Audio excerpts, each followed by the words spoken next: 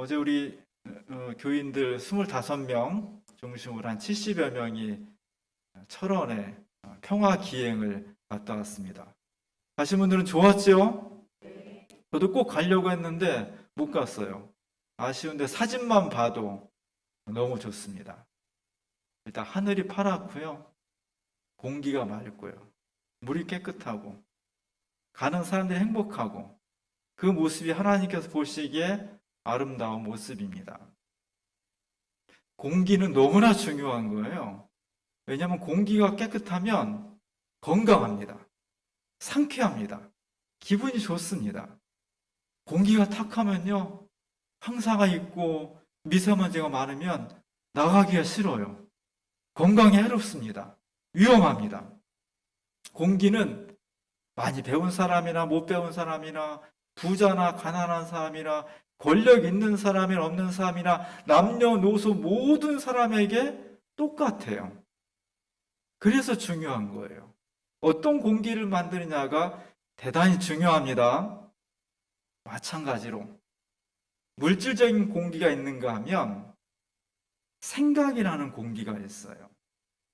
한 시대의 생각, 그 상식이라는 것이 많이 변해요.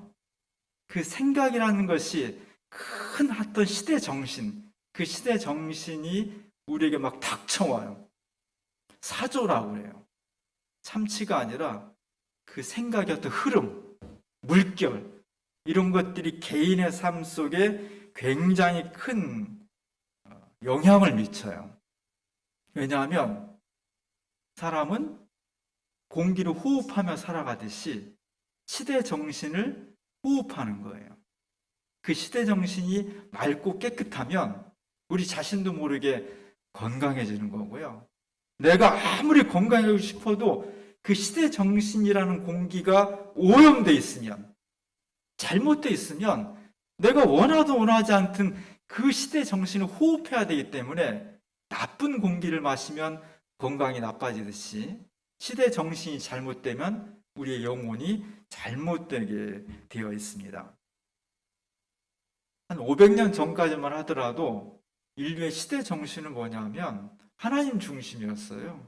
신 중심이었습니다. 그리고 그 하나님 중심을 구체적으로 이 세상에 펼치기 위해서 제사장이라든지 레위라든지 아니면 서양 중세 천년 동안은 성직자 계급, 이런 사람들이 교회가 중심이 되어서 세상을 지배하고 중심 역할을 해왔습니다. 그렇게 너무 오랫동안 살다 보니까 하나님 중심으로만 너무 살다 보니까 사람이 안 보이는 거예요.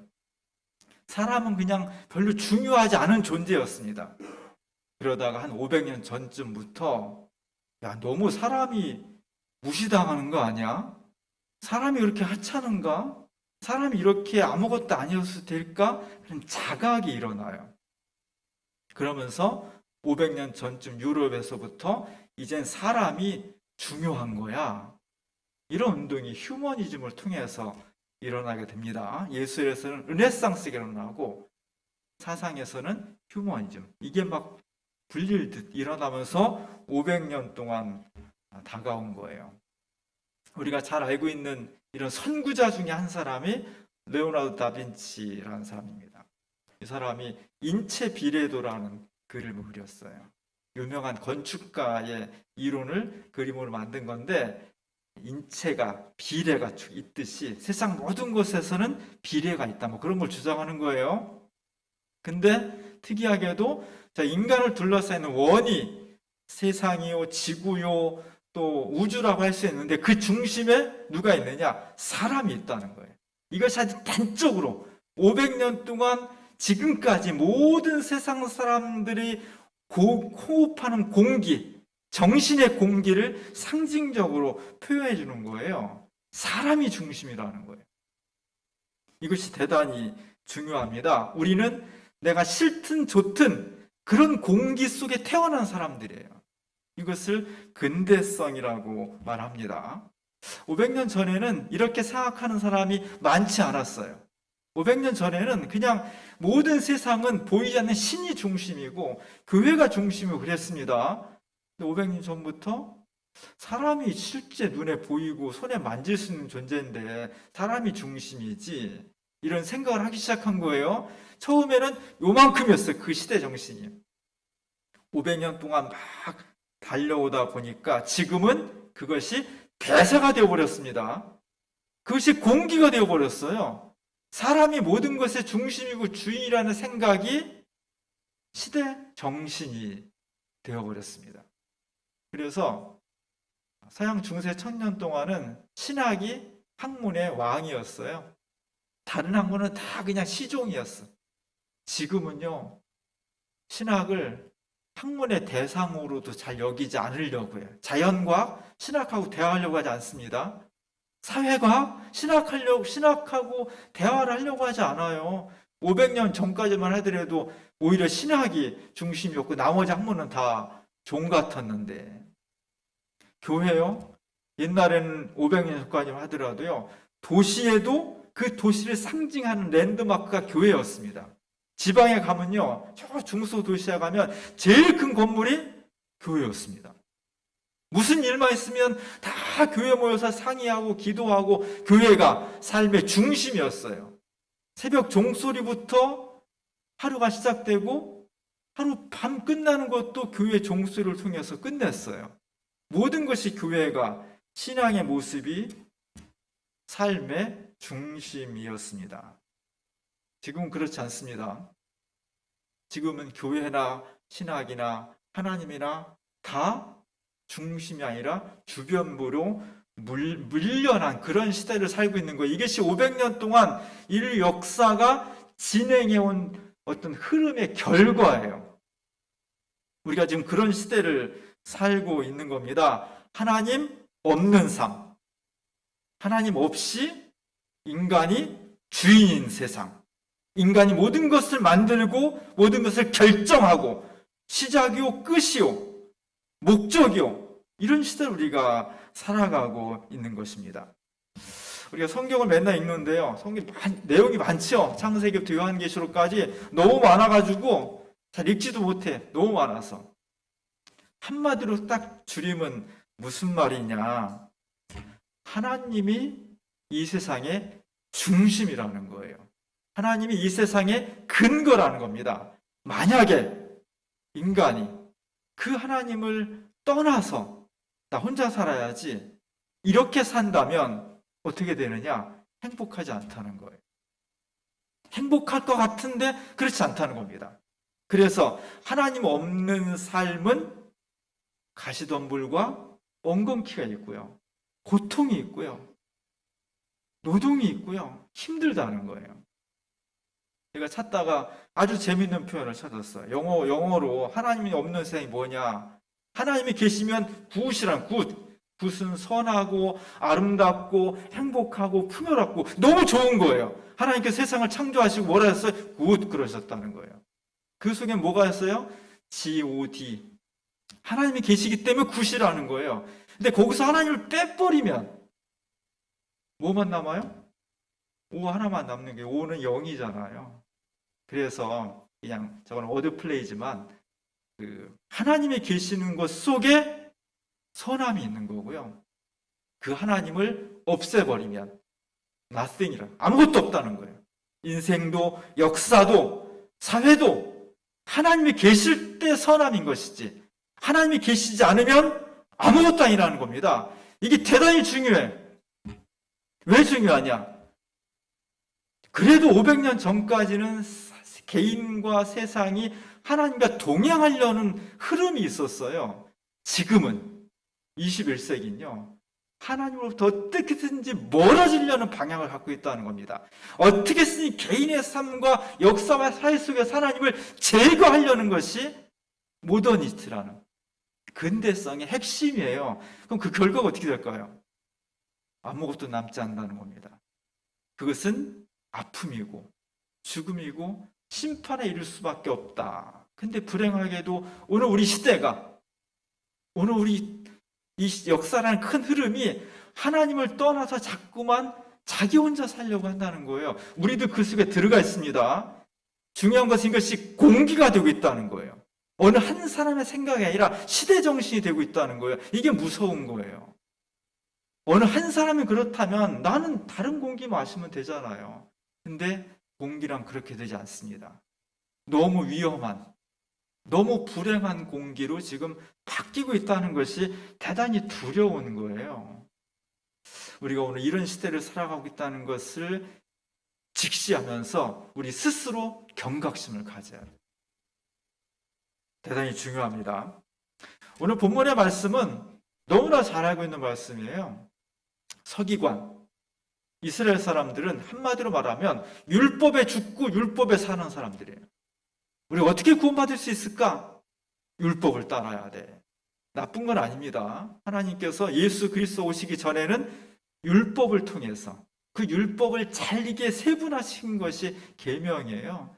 밥 먹을 때는 어떻게 해야 되고, 오늘날은 어떻게 살아야 되고, 안식일은 어떻게 살아야 되고, 일할 때는 어떻게 해야 되고, 뭐 이런 것들이 아주 세세하게 적혀 있는 게 계명입니다.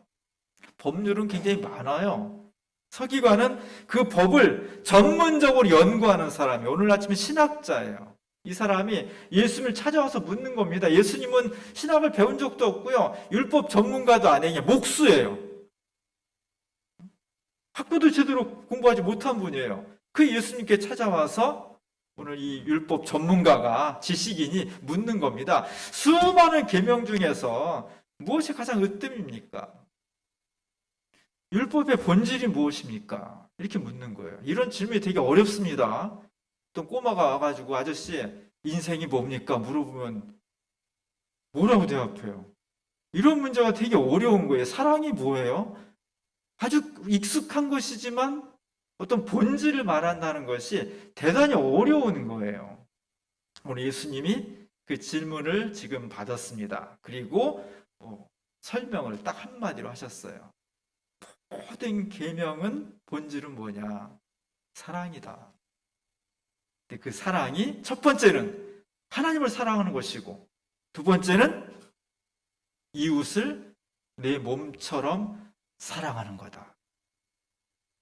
우리는 너무나 잘 알고 있죠. 그런데 서양 중세보다도 더 오랜, 더 가부장적이고, 더 남성 위주고, 더 율법적이고, 더 신중심인 그런 사고방식을 가지고 있었던 2000년 전에 예수님께서 율법의 본질은 뭐냐? 첫째, 하나님을 사랑하는 것이다.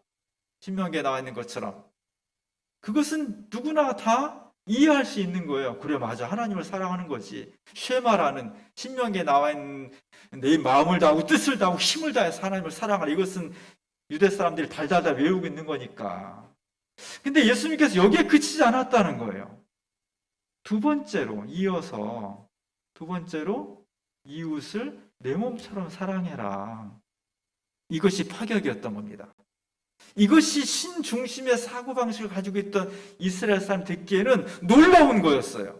물론 첫 번째는 하나님의 사랑, 두 번째는 이웃 사랑 이렇게 말씀하셨지만 첫 번째 하나님의 사랑은 너무 익숙한 거고 당연한 거고, 두 번째로 이웃을 사랑하라 이 말씀이 그 당시에 서기관과 예수님의 말씀을 듣던 사람들이 굉장히 충격적이었던 거예요.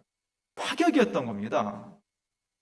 그래서 우리가 사마리아 사람 비유에서도 보면 예수님께서 사마리아 사람이 그 어떤 강도 만난 사람이 죽을 위기에 처했을 때 거기에 첫 번째 제사장이 그냥 지나가죠. 또 성전을 관리하고 성전에 열심히 봉사하는 신앙의 모범이라고 할 수 있는 레위인도 그냥 지나갑니다. 잘한 건 아니에요. 그러나 예수님 당시의 사고방식으로 보면 당연한 거예요. 지금 중요한 것은 하나님을 사랑하는 것이지 뭐 인간을 사랑하고 이웃을 사랑하고 이것은 별로 중요한 가치가 아니었다는 겁니다. 근데 예수님께서 이걸 뒤집은 거예요. 하나님을 사랑하는 것과 인간인, 구체적인 지금 내 옆에 있는 이웃을 사랑하는 것이 가치 균형을 맞춰야 된다. 이것이 무너져 버리면 너무 하나님만 사랑하고 인간을 무시해도 안 되고 반대로 사람만 사랑하고 하나님은 관심도 없다면 둘 다 건강한 신앙이 되지 않는다는 겁니다. 이 두 가지가 같이 균형을 맞춰줘야 돼. 만약 예수님께서 오직 하나님만 바라보던 2000년 전에 이스라엘 사회에 오시지 않고 지금 오셨다면 뭐라고 하실까요? 지금 오셨다면 아마 하나님은 저 구석으로 밀어내버리고 오직 사람의 관심, 건강, 물질 뭐 이런 것만 추구하는 오늘 이 시대에 오셨다면 예수님께서 딱 하나 강조하셨을 것 같아요. 사람 사랑하는 것은 너무나 강조가 많이 되고 있으니 다시 하나님 사랑으로 되돌리자. 그래서 이 두 개의 균형을 맞춰야 건강하다. 그런 말씀을 하셨을 것이라고 저는 추측을 합니다. 사람에게는 균형이 맞아야 돼. 한쪽으로 몸이 기울거나 한쪽으로 생각이 기울어 버리면 건강하지 않습니다. 사랑도 마찬가지예요. 사랑은 하나님을 사랑하는 것과 그 하나님의 형상대로 지음받은 인간을 사랑하는 것이 내 속에서 균형이 맞아야 돼요. 불교에서는 사람들 만나면 이렇게 인사를 합니다. 성불하십시오. 그렇죠? 불교 스님이나 이렇게 만나면 성불하십시오. 이렇게 인사를 해요. 그리고 천도교의 가장 그 핵심적인 진리는 인내천이에요. 사람이 곧 하늘이라는 거예요. 굉장히 매력적인 거예요. 현대인들, 하나님 없이 살아가려고 하는, 눈에 보이는 인간 중심으로 살아가려고 하는 오늘 현대에 이런 사상이 더 매력적이에요. 기독교는 좀 다릅니다. 기독교는 사람이 아무리 노력을 하고 아무리 수련을 쌓고 아무리 깨닫고 해도 절대로 하나님이 될 수 없다는 거예요. 불교에서는 사람이 부족하지만 열심히 수련하고 어떤 깨달음에 이르면 부처가 되는 신이 된다는 거거든요. 천도교에서는 인간이 열심히 수련하면 곧 하늘처럼 된다는 거거든요. 기독교는 좀 관점이 달라요. 기독교는 창조주 하나님과 인간 사이에는 건널 수 없는 어떤 심연이 있다는 거예요. 태평양 바다가 깊이가 제일 깊은 곳이 10,000m라고 하는데 거기까지 내려가 본 사람 없겠죠. 10,000m 되는 그 깊이보다 더 깊다는 거예요. 도저히 건널 수가 없다는 거예요. 그런데 어떻게 우리가 하나님께 나아갈 수 있느냐? 오직 예수 그리스도의 십자가의 사랑, 십자가에서 흘린 피의 은혜, 그것으로서 우리가 하나님께 나아갈 수 있는 자격을 얻고 하나님의 자녀가 될 수 있는 길이 열리게 된다는 겁니다. 우리는 누구냐? 세상 수많은 사람들이 하나님을 자꾸 업신여기고 하나님 없이 살아가려고 하는 이 시대 속에서 그런 공기를 우리가 마시고 살아가는데 그 가운데서도 우리는 하나님을 믿고 하나님의 은혜 가운데에서 예수 그리스도의 십자가의 보혈의 은혜 가운데에서 우리가 구원받을 수 있다고 믿고 고백하는 사람들입니다. 이 고백이 중요해요. 이 고백을 가지고 나아가는 것이 기독교인의 사명이에요. 우리가 지금 교회가 할 일은 뭐냐? 10명 중에 8, 9명은 지금 하나님 없이 살아가려고 합니다. 이 방향이 고쳐지지 않을 거예요. 왜냐하면 시대라는 건 트렌드가 있거든요. 그 속에서 교회는 무엇을 말해야 되느냐? 기독교는 뭘 말해야 되느냐? 세상이 아무리 하나님 없이 살아가려고 한다 해도 내 주변에 수많은 사람들이 보이는 인간이 중심이지 하나님은 보이지 않기 때문에 역사와 인생의 주관자가 될 수 없어 이렇게 말한다 하더라도 우리가 숨쉬고 살아가는 공기가 하나님 없는 공기로 가득 채워져 있다 하더라도 교회는, 그리스도인은 나는 하나님을 믿습니다. 하나님이 살아계시고 우리의 생명의 구원자시고 우리를 구원하실 분은 예수 그리스도이십니다 라고 고백하는 것, 이걸 주장하는 거예요. 그래서 하나님 사랑과 이웃 사랑이 균형을 맞출 수 있도록 하는 게 대단히 중요합니다. 우리가 지난 금요일 날 주민 신협 40주년과 주민 생협, 둘의 생협 30주년 기념 행사를 했어요. 원래는 작년이에요. 작년인데 코로나 때문에 1년을 미뤘어요. 1년을. 한 번에 미룬 게 아니라 여러 번 미뤘어. 아마 실무자 우리 이현배 장로를 비롯해서 우리 여러 실무자들이 얼마나 고생했겠어요. 이 큰 행사를 여러 번 미룬다는 게 굉장히 힘든 거예요. 아마 금요일 날 행사 끝나고 이제 드디어 두 발 뻗고 편하게 주무셨을 거예요. 힘든 겁니다. 대단히 중요해요. 우리 교회가 만든 여러 가지 그 사회적 공헌 가운데 1번, 2번이 주민 신협과 주민 생협입니다. 이 두 가지가 잘 되길 바라요. 이것도 균형이 맞아야 돼. 주민 신협의 모토는 뭐냐면, 주민 신협의 목적은 돈이 아니라는 겁니다. 사람이라는 거예요. 그렇습니다. 이 사람이라는 목적을 잃어버리면 안 돼. 이것을 끝까지 주장해야 됩니다. 근데 그 사람이라는 목적을 실현하는 도구는 뭐냐? 그건 금융이에요. 이 두 가지가 균형을 맞춰야 돼. 금융을 운영하는 데는 별 관심이 없고 계속 사람만 도와준다. 그거는 신협이 될 수 없는, 그거는 사회복지기관이 되는 거예요. 사람을 소중히 여기되 이 사람을 돕고 사람답게 사는 세상을 만들기 위해서 금융을 잘 운영을 해야 돼. 이 두 가지 균형을 맞춰야 돼요. 생협도 마찬가지예요. 생협의 목적은 뭡니까? 하나님 창조하신 생태계가 망가지지 않고 정말 생명 넘치는 창조 질서를 보존하기 위한 거예요. 이 목적이 흐려지면 안 됩니다. 그러나 방법은 뭐예요? 유기농으로 농사 짓는 생산자와 건강을 챙기려고 건강을 중요시하는 소비자를 잘 연결시켜주는 플랫폼 역할을 하는 거예요. 계속 창조 질서만 중요시해도 안 되고 또 단지 물건을 만들고 파는 데만 중점을 둬도 안 돼. 이 두 가지가 맞아야 돼. 이 균형을 맞아야만 지속하는 거예요. 이번 포럼에서 30년, 40년을 지내면서 포럼에서 가장 중요한 포인트는 지속성이었어요. 촌놈 마라톤 하듯이 하지 말자는 거예요. 땅 치자마자 100m 뛰듯이 뛰어나가서 1km 정도 가서 주저앉는, 그렇게 하지 말자는 겁니다.